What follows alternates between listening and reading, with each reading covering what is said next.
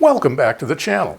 This video is a little different. It's a presentation I prepared for the 999 Society aimed at a more general audience. I know many of you are neuroscientists, AI professionals, or simply curious about how the brain works, and my goal in this video is to give you an overview. There isn't time to convey every detail, but I'll highlight the most important points. How can your brain, less than 2 liters of squishy neurons, figure things out from experience, make sense of the world, and adapt to new situations, often without you even realizing it? Today's AI, by contrast, doesn't really understand what it's doing, it just follows patterns of data. The way your brain works is completely different from how AI works now, but by learning more about how our brains solve problems, we may be able to build smarter, more flexible AIs in the future. AI that thinks a little more like we do. I'm Charles Simon, software engineer, manager, and entrepreneur. Since college, I've been fascinated by the question, can computers be made to think like people? In this talk, I'll explain why I believe the answer is yes. I created the Future AI Society, and I'm using our open source brain simulator projects for simulations and demonstrations throughout this video series. If you are interested in this type of content, be sure to like, subscribe, and ring the notification bell because the YouTube algorithm won't surface videos like this unless you ask for them. I'll start with how the brain works and then compare it to artificial intelligence. The key idea is that neuroscience can help us design AI with common sense, one-shot learning, that is, learning something the first time you hear it without lots of data, explainability and the ability to describe why a decision was made, and much lower energy use compared to today's AI. These are all features of the human brain. Let's start with the basic building block. At the most basic level, the neurons in your brain all do essentially the same thing. They accumulate charge and fire when a threshold is reached.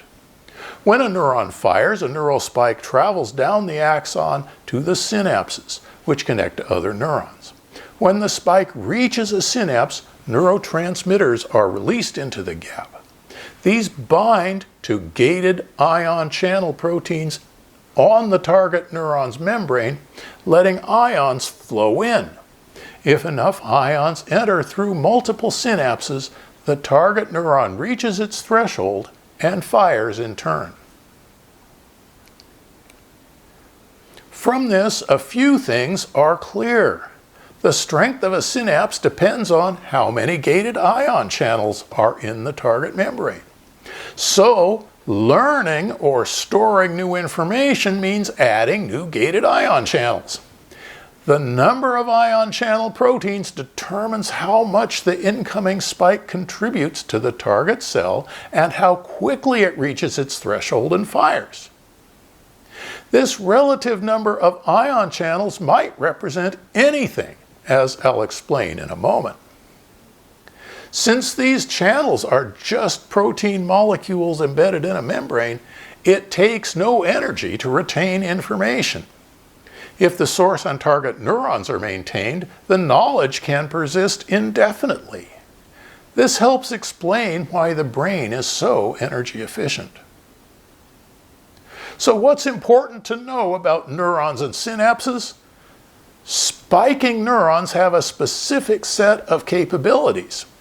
When thinking about brain-like AI, we need to think in terms of what might be possible in neurons. Number 2 is really important. Neurons and synapses are chemical, not electronic. We can measure the ion concentrations with voltmeters, and this confuses a lot of people into thinking they are electronic, but the signaling is ionic.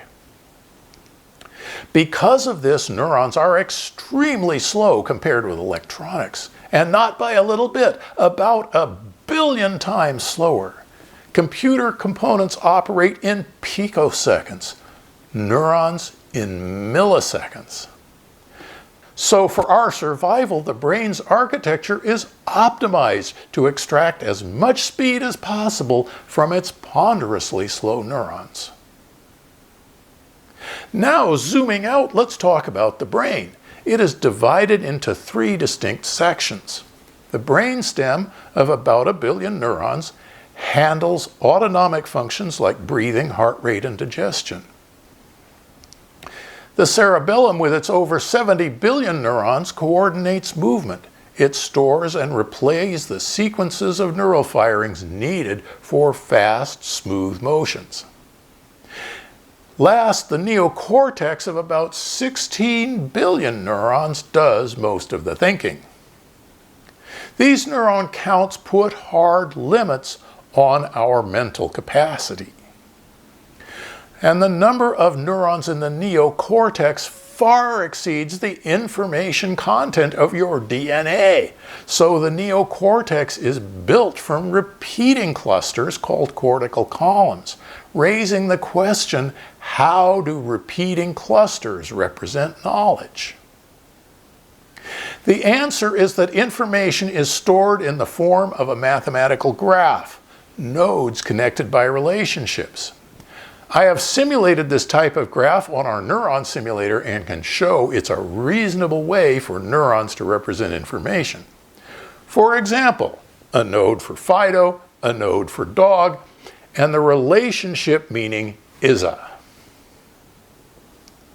This is the traditional representation of knowledge graphs which have been around in artificial intelligence for decades. But the information graph in your brain goes beyond traditional knowledge graphs in several ways. First, reverse relationships.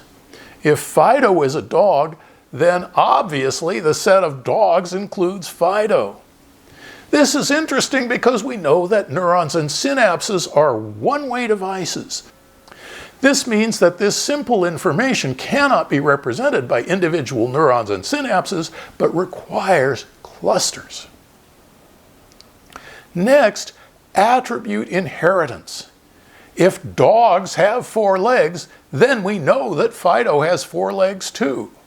This saves enormous amounts of storage by applying rules rather than duplicating facts. Notice that the specific information that Fido has 4 legs is not represented in the graph at all. Your brain reconstructs the knowledge on the fly.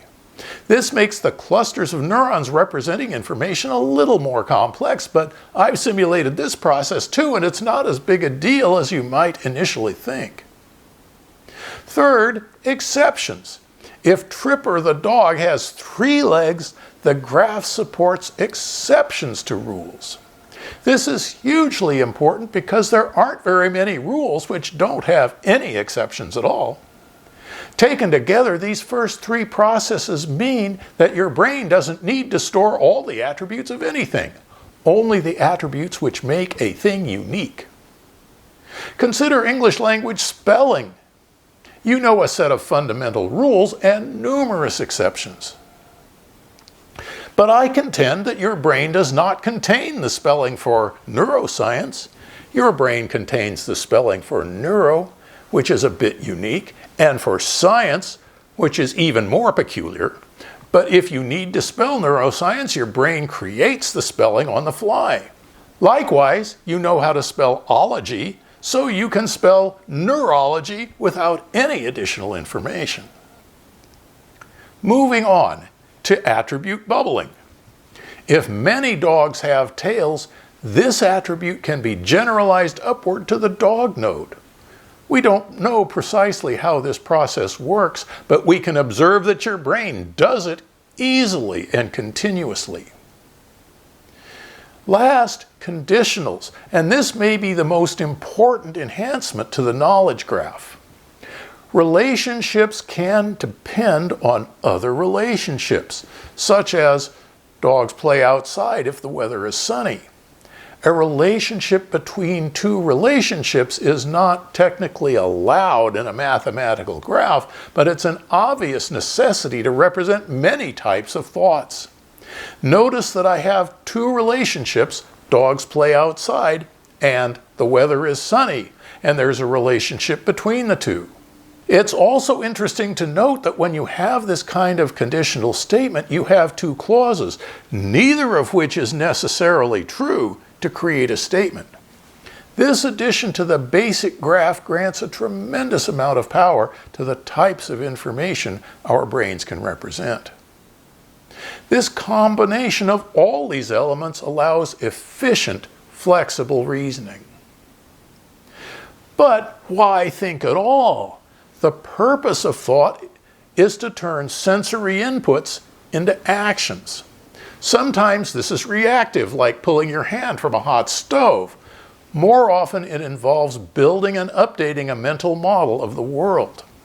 This mental model lets you remember where objects are, even if you can't see them right now, and merge multisensory inputs into a unified model of your immediate surroundings. You can also use this mental model for your imagination, recalling past actions and the results. And you can use your imagination to simulate possible futures. With this, you can compare simulated actions against your goals and choose the best response. This summarizes the complete thinking process, and because these components can be created within the graph, they all become plausible both within your brain and in a future AI. Further, I speculate that some of these features are prerequisites for consciousness. The ability to act in ways that affect yourself. The mental model with yourself at the center. An imagination to simulate alternatives, and goals to evaluate outcomes. Notice that the goals are what drives the entire behavior of the thinking entity. Further, consider that a human's fundamental goals of survival and procreation are completely inappropriate for an AI.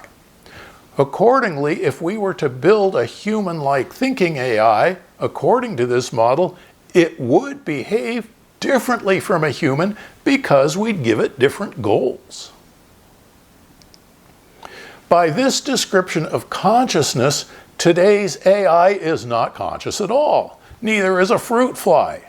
Your cat, though, that's an open question. Now let's contrast all this with artificial intelligence. The two most popular areas of AI today are neural networks and large language models like ChatGPT. Artificial neural networks operate in two phases. First, training, where errors are backpropagated through millions of examples and the network adjusts its internal weights. When training is complete, we reach deployment, where the trained model can classify new inputs. Does this network understand?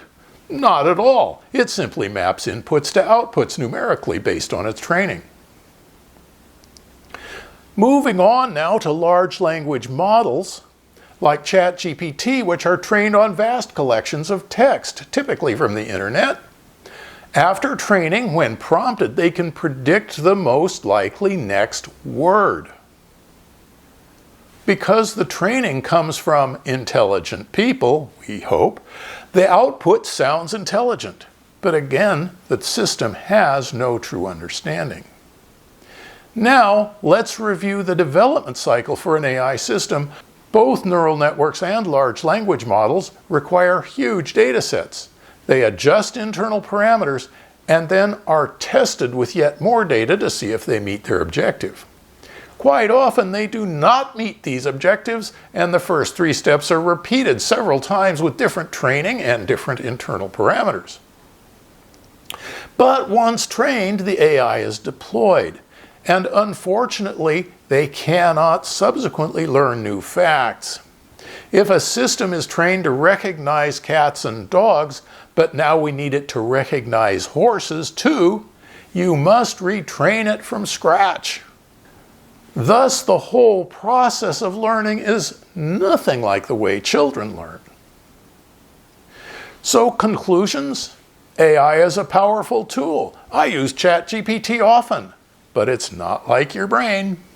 Today's AI algorithms often require capabilities that are impossible in neurons, or would simply be too slow to be useful.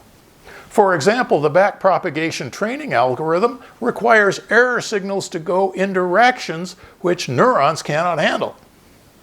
Also, the matrix multiplication of floating point numbers, common in much of AI, vastly exceeds the speed and accuracy possible in biological neurons.